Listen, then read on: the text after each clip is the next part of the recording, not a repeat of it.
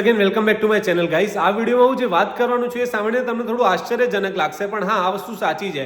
કેમ કે કેનેડામાં એક બાજુ હેલ્થકેર વર્કર્સની જરૂર છે. હા, હું ડેફિનેટલી કહું છું કે જરૂર છે, કેમ કે હું બી હેલ્થકેર સિસ્ટમનો પાર્ટ છું કેનેડામાં, બરાબર. હું as a healthcare support worker કામ કરું છું. અને બીજી બાજુ અત્યારે કેવું છે કે કેનેડાની જે મોટી મોટી હોસ્પિટલ્સ છે, જેમ કે ઓન્ટેરિયોની સ્પેસિફિકલી વાત કરું, એમાં નર્સિસને લે ઓફ આપવાની જાહેરાત કરાઈ છે.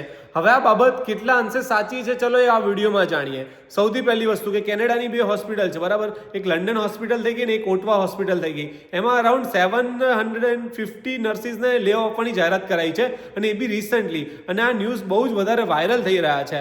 હવે લે ઓફ અપાયું છે કે નહીં એ તમને જણાવું. હજુ કંઈ અપાયું નથી, મતલબ કંઈ નક્કી નથી થયું. અને અત્યારે અહીંયા ઓન્ટારિયોમાં કેવું છે કે નર્સિસનું એક એસોસિએશન હોય, મતલબ નર્સિસ એસોસિએશન ઓફ ઓન્ટારિયો, એ લોકોએ જાહેરાત કરી છે. પણ હા, જો તમે કેનેડા આવવાનો પ્લાન કરતા હોય નર્સ બનીને કે નર્સનું લાયસન્સ લઈને, મતલબ રજિસ્ટર્ડ નર્સ કે કોઈ બી રીતે રજિસ્ટર્ડ પ્રેક્ટિકલ નર્સ, તો કેનેડામાં જોબ્સ છે, નો ડાઉટ કે જોબ્સ નથી એવું નથી કહેતો. પણ કેવું કે તમારે યુનિયનમાં રહેવું પડશે, તમારે જોડાયેલા રહેવું પડશે, અને તમારે તમારા અધિકાર જાણવા પડશે. એમ તો તમારી જોબમાં એટલો બધો પ્રોબ્લેમ નહીં આવે. કેમ કે લે ઓફમાં તો કેવું કે ક્યારે બી કોઈ બી લે ઓફ આપી શકે. આના પહેલા બી મેં લે ઓફનો વિડીયો બનાવ્યો છે, એ બી મારું જ થયું હતું, બરાબર. હું નર્સ નથી, પણ હું આ બધી માહિતી તમારા સુધી પહોંચાડવા માંગુ છું, અને આ બધી ઓથેન્ટિક છે.